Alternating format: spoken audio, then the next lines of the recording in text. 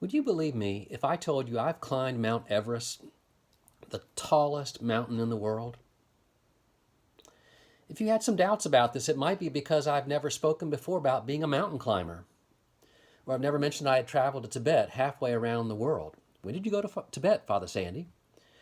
And when did you get the training to make it up a 29,000 foot slope to 5 miles above sea level? It would be understandable if you had doubts about my truthfulness, and you would be right. I have not climbed Mount Everest. But what if I told you that I know and love Jesus Christ, and I believe that he has risen from the dead, even though I've never seen him in person?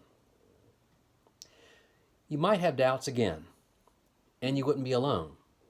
Thomas had doubts when the other disciples told him that they had seen Jesus because he had risen from the dead. They claimed they had seen Jesus alive.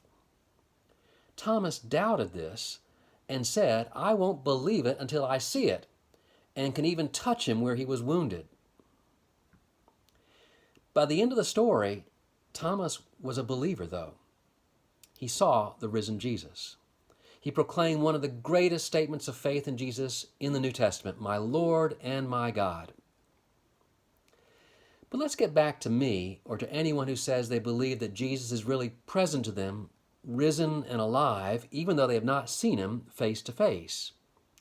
Is that believable? There are many people who do have doubts about the resurrection of Jesus.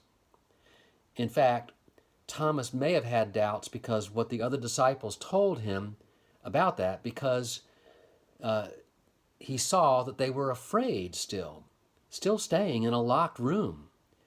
Has this really made a difference to them? If Jesus was alive, wouldn't they be changed by this?